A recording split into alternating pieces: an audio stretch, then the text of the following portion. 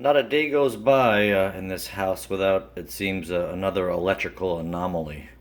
And I don't know if it's because it's an old house or I'm not keeping top of things or because I'm an electrical engineer and I just happened to notice.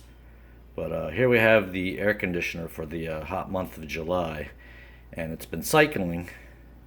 And we just got a new cable system, Xfinity, and every third or fourth time this air conditioner cycles, the cable kicks off and the cable box reboots.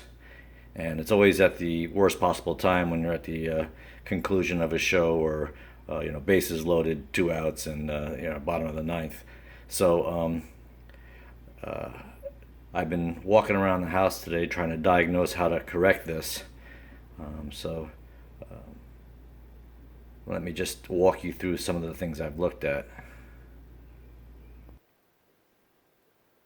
So this lamp in the living room is on the same circuit as the air conditioner unit, and when it cycles, the voltage drop causes that light to dim. And I'm trying to capture that for you, but it'll probably take never for you to see it. But I've got this lamp on now for the past half hour, trying different things and evaluating if any of them help.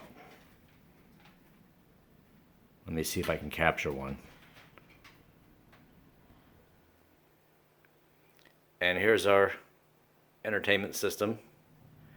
And there's the suspect cable box on the bottom right that trips on and off due to under voltage. It's never happened before, but the new box must have some self-protect unit on it. And maybe it's too sensitive, or maybe it's doing its job. But in the past few minutes, it hasn't tripped offline. Let me go turn the air conditioner down and see if I can get a repeat performance.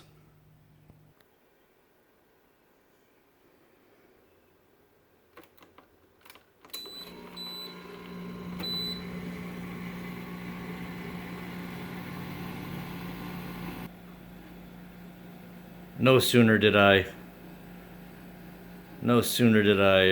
turn the temperature down and the cable rebooted. So nothing I've done, and I've had very limited options on what I can fix. But nothing I've done has made this better. So everything in the living room is on the same circuit. And I even moved the power strip for the smaller electronics.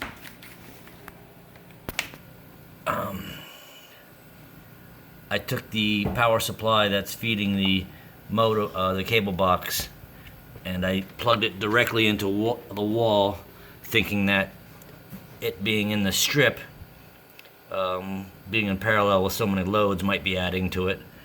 I uncoiled the wires coming from the power supply, thinking that being coiled might be causing an inductive loop and a voltage drop. That didn't help. And let me walk you downstairs. I went through the cable box and nothing feels warm, although I don't have a thermal imager, but nothing is warm. And I went through all the loads, and the circuit in the living room is on the same side as the kitchen and upstairs bedroom and the furnace, which isn't running this time of year, and a fan in the living room, which has been removed. It's no longer there or active. And the other side of the circuit breaker box is all the heavy circuits: washer and dryer, refrigerator, stove, even the dehumidifier is in the basement off of the basement lights. So I looked at rearranging some of these loads, and it turns out that everything that the the air conditioner is on really isn't affected, and everything's quite balanced. In fact, if anything, the right side is more heavily loaded than the left side of the panel, and there's just not a whole lot of loads on here. So yes, there's voltage drop when the air conditioner starts, and it's probably a big load, and it's only it's normal that there is some voltage drop because it's a cycling load with inrush current for the compressor.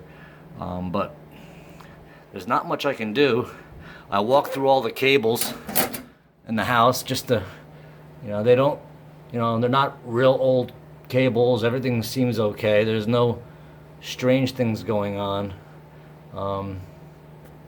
So I don't know what else I can do other than just keep everything off in the living room when the TV's on. If anybody has any suggestions, let me know. But short of upsizing the cable to that one there's a couple things you can do. There's the length of the cable you could reduce, but it's a direct shot and it's really not long. It's not like it's 200 feet. I can increase the size of the cable, the gauge of the conductors, to reduce voltage drop. But I don't really want to get into rewiring the house. I was really hoping by just taking that cable box power supply and moving it directly to the wall that it would help just enough. I don't know if we have something on the utility that's causing an imbalance. I looked online about something about a bad neutral might cause something like this to happen, but I really don't. They just replaced everything on the road. All the utilities are new because they're going through all the telephone poles in our area and fixing things. Unless they screwed something up, because this never happened before. That might be something we could ask about. But I really just think we have a sensitive cable box. If anybody's ever heard of this and sensitive electronics tripping offline due to other loads, please let me know. And sorry I don't have any solutions to advertise, but I thought this would be worth sharing. Thanks for tuning in to KAFKUBA. Please subscribe. I just had one other thing I want to mention. There's one thing I've heard where you can EMI or any kind of disturbance on the line feeding sensitive electronics, you might be able to put a ferrite bead on the cable. That might help stabilize the power supply. So putting a ferrite bead on there is an option for sensitive electronics that people sometimes do. You see them on laptop computers. Every laptop computer has a ferrite bead at the input to the computer. So there's nothing of that sort here.